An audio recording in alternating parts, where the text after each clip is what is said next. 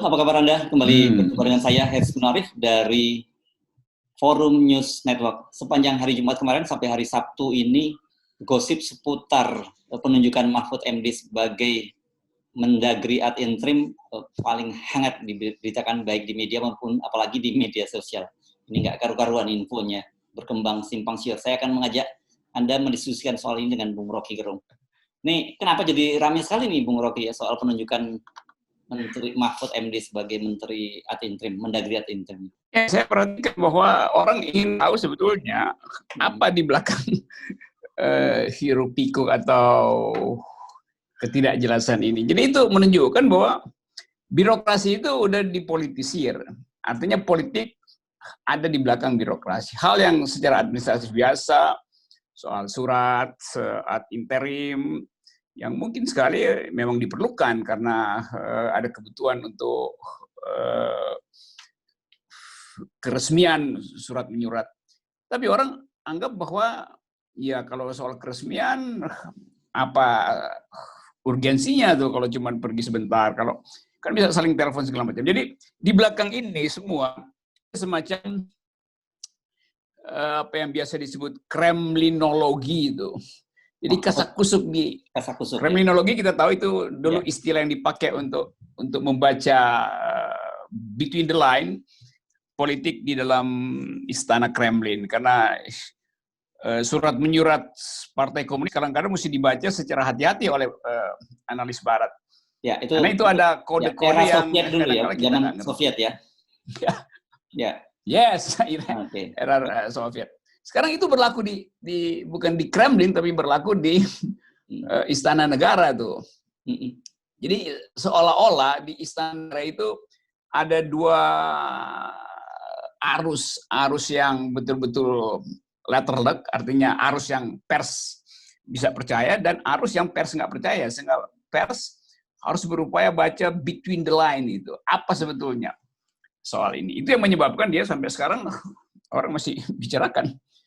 Jadi itu pertanda bahwa kasakusuk di istana itu berlangsung terus.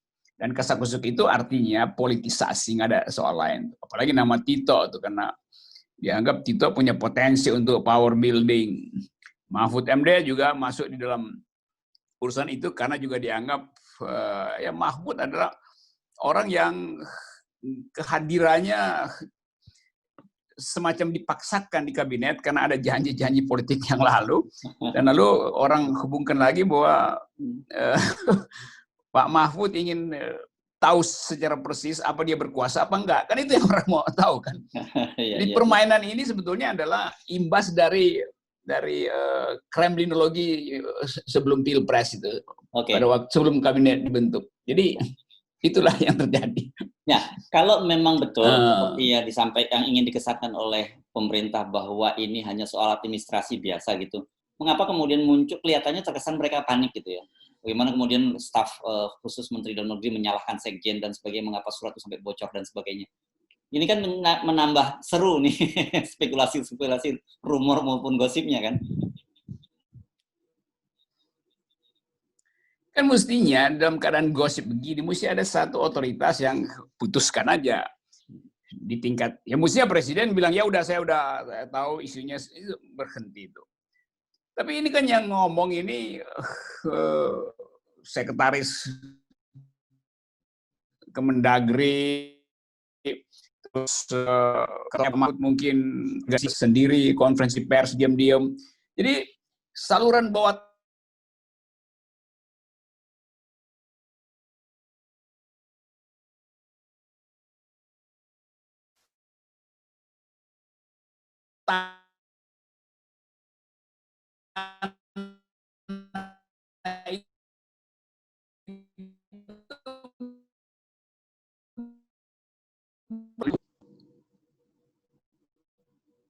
dapat. Ulangin. Jadi tadi nggak hilang suara. Jadi saluran bawah tanah tadi sampai mulai jadi saluran. Jadi seolah-olah ada saluran bawah tanah, informasi bawah tanah yang saling ditukar tambah sebelum pers membaca apa yang sebetulnya terjadi. Ini yang saya sering sebut double layer dari public opinion yang justru memperburuk pencerahan istana. Kan publik ingin tahu melalui pers apa sebetulnya yang ingin dipesankan, sehingga kasak-kusuk itu jalan terus. Mungkin sekali kantor Kemendagri berupaya untuk menyelesaikan itu jangan jadi masalah politik, sehingga secara administratif diterangkan bahwa udah dicabut karena ini cuma problem administrasi. Tapi kelihatannya kantor Menko Polhukam justru membuat analisis yang di luar yang normal tadi, di luar administrasi, dan dibocorkan ke pers, sehingga pers sebetulnya belum puas dengan keterangan Kemendagri itu. Jadi kita sebetulnya lagi nonton dua pemancing yang ingin menangkap ikan yang sama itu. Jadi kan orang kalau mancing itu umpan itu dibuat untuk menarik ikan. Ikan nggak tahu, seolah ikan merasa bahwa ini makanan empuk, padahal di dalam umpan ada pancing. Jadi umpan selalu disembunyikan di dalam pancing. Itu nggak ada soal. Kalau pemancingnya satu, ikannya satu. Ini ikannya satu, pemancingnya dua tuh. Jadi si ikan terpaksa milih nih. Yang mana yang ada mata pancing, yang mana yang sekedar cuma umpan. Begitu kira-kira. Kita sih nonton aja. Coba kita ikutin logika dan pertanyaan-pertanyaan publik ya, Bung Rocky. Pertama, ini yang saya ajukan pertama ada, kalau memang perginya seperti dijelaskan oleh Kemendagri bahwa dia di luar jam kerja, katakanlah itu hari Sabtu dan Minggu, gitu. Mengapa kemudian harus ada surat penunjukan sebagai Menteri Dalam Negeri ad interim? Itu pertanyaan yang utama. Silakan coba Anda analisis soal ini, pertanyaan pertama ini. Ya. Ya, mungkin sekali semua orang tahu bahwa ya ada agenda yang memang sengaja dibuat di hari libur gitu, sehingga orang mau nguntit. Ini jangan-jangan justru pada hari libur ada kebijakan yang decisive yang mesti dibuat. Jadi itu udah kecurigaan pertama tuh. Kalau hari libur kenapa ada urusan dinas? Kira-kira begitu tuh. Ya. Tapi sebaliknya orang menganggap bahwa ini bukan soal hari libur, tapi soal apa sih yang mau diurus. Sebetulnya problemnya bukan pada hari libur. Yang lebih penting orang ingin tahu agendanya Pak Tito itu apa. Kan akhirnya timbul semacam kecurigaan tuh. Justru karena hari libur orang atau pemancing yang sana ingin tahu apa sebetulnya yang mau dikerjain. Nah ini sekali lagi menunjukkan istana itu menyimpan politik Kremlin, itu saling curiga tuh. Dan keterangan administrasi pasti tidak akan memuaskan wartawan, tidak akan memuaskan publik, karena itu ada keterangan yang kasak-kusuk. Sampai sekarang itu jadi semacam battlefield dari public opinion. Kita nggak tahu Mahfud lagi senyum-senyum atau dia justru lagi cemberut sampai dengan jam segini karena isunya masih terus burning isu yang menyala terus tuh. Ya. Gitu. Ya, tapi kan menjadi menarik kan kalau penjelasan Castorius Sinaga, staf khususnya Menteri Dalam Negeri, bahwa dia diundang oleh pemerintah Singapura, tidak disebutkan oleh siapa. Tapi kalau memang urusan kenegaraan, mengapa mesti dilakukan pada hari akhir pekan juga, begitu loh, itu yang jadi agak aneh juga. Gimana itu, Bung Rocky? Jadi makin dijelaskan orang malah makin nggak percaya. Jadi ini, ya karena yang menjelaskan Castorius tuh. Ya. Oke. Kan mestinya ada tahapan penjelasan. Beritahu dulu sesuatu tentang undangan itu di dalam bentuk yang tidak langsung. Jadi dikatakan aja ya ada pertemuan yang di luar agenda, tetapi karena ini sedikit urgen, maka Pak Tito pergi. Kalau begitu kan lebih enak tuh cara mengucapkannya. Jadi sembunyikan dulu soalnya, bukan langsung membantah itu. Jadi ini buruknya public opinion atau buruknya para staf ahli atau staf khusus atau juru bicara kementerian, sehingga berbohong pun nggak bisa sempurna.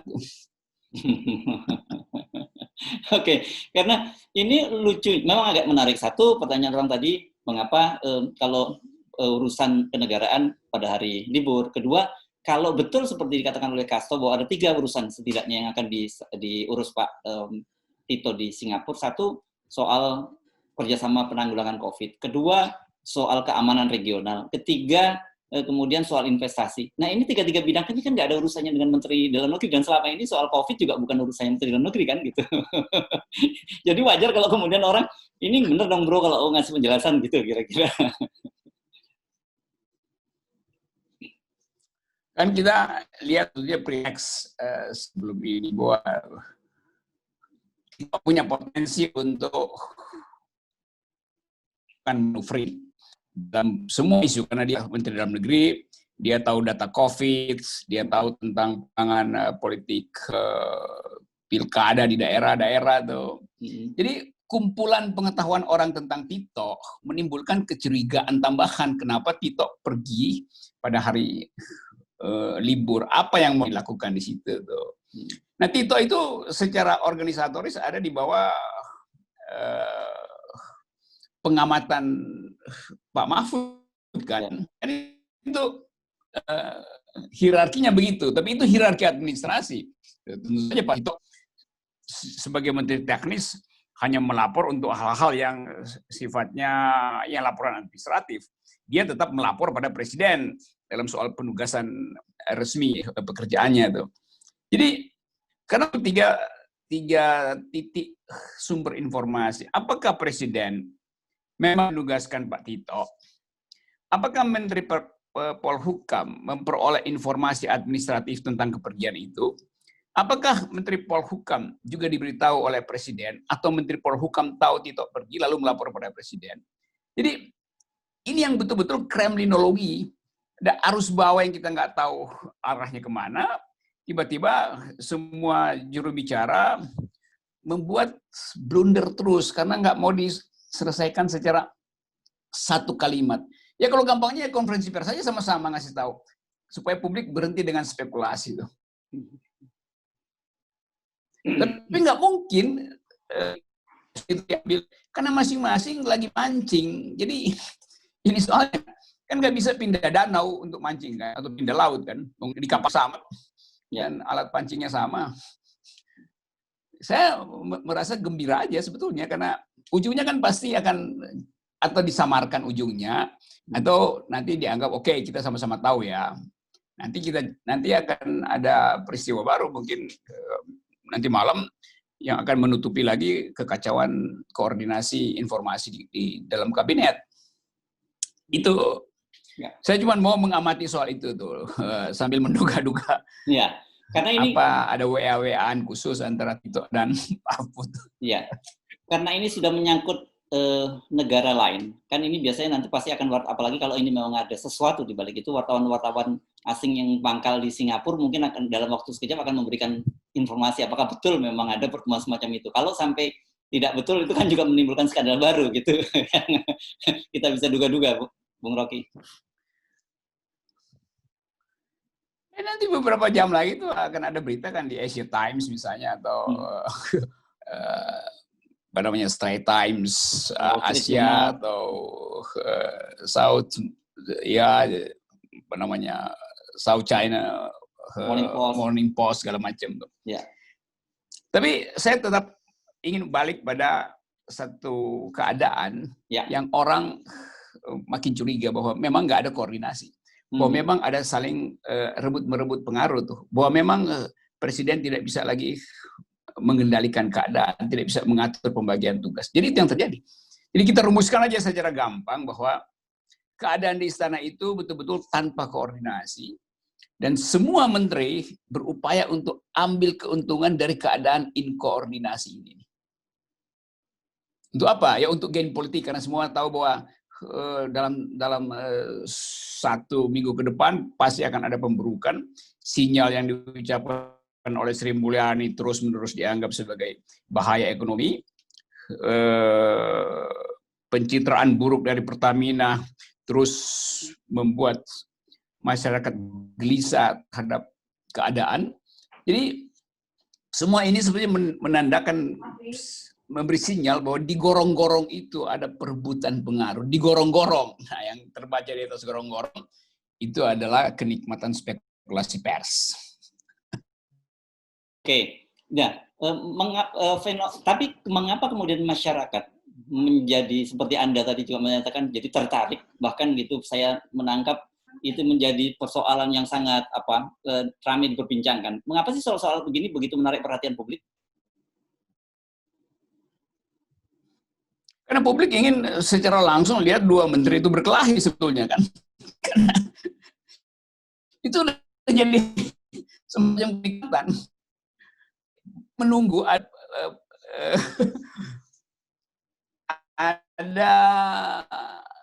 bukan mengirim sinyal di antara menteri ini, Pak Mahfud dan Pak Tito, sehingga mainan baru di WA Group. Jadi orang sebetulnya nunggu aja ini, ayo dong, tampil sama-sama dong, biar ketahuan sebetulnya motifnya apa, motifnya Tito, apa motifnya Mahfud. Tapi seluruh keadaan ini memperlihatkan bahwa ya, Presiden akhirnya ya kayak orang yang membiarkan semua terjadi dan nggak mau ikut campur tuh. Jadi sekaligus peristiwa ini mau memperlihatkan bahwa Presiden memang tidak punya akses. Jadi Presiden sebetulnya tidak punya kemampuan untuk memakai aksesnya sehingga publik percaya bahwa tidak ada perebutan pengaruh di antara dua menteri itu tuh, Menteri Mahfud dan Menteri Tito. Saya bandingkan misalnya, kasakusuk di Jepang dalam 1 minggu ini tentang apakah Perdana Menteri Abe akan mengundurkan diri atau enggak, itu adalah kasakusuk setelah orang tahu posisi dari Perdana Menteri Abe itu. Jadi ya biasa aja kasakusuk antara pers, tapi orang tahu bahwa nggak ada yang disembunyikan karena ini soal penyakit gitu. Jadi di kita di sini justru ketiadaan kejelasan itu menghasilkan kegembiraan publik untuk menonton kasakusuk. Jadi kasakusuk di Jepang itu untuk memperoleh kepastian pergantian Abe. Di sini justru kasakusuk itu dipakai untuk menutupi problem-problem esensial dalam kabinet. Nah, kalau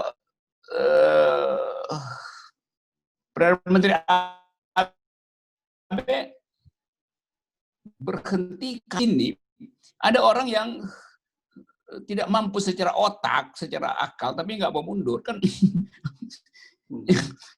Itu juga yang menimbulkan kasakusuk sebetulnya tuh.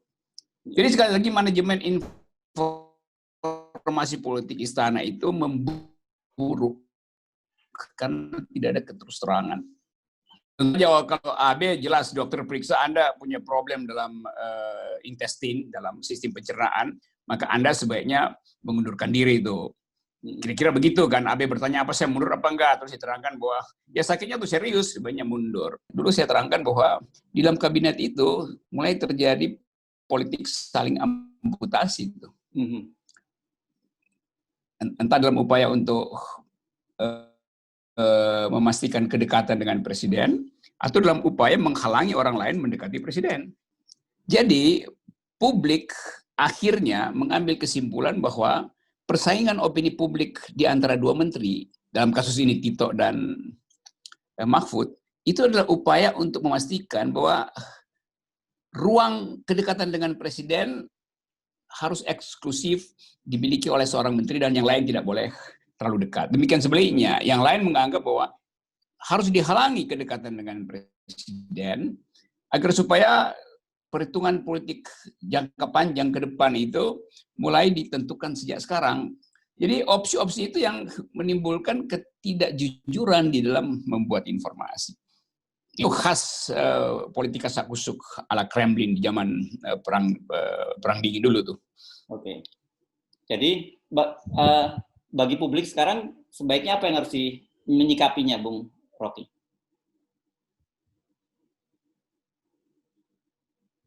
Saya kira publik nggak ingin ada penyelesaian dari sensasi ini. Publik ingin tunggu supaya ketegangan ini makin lama makin besar tuh.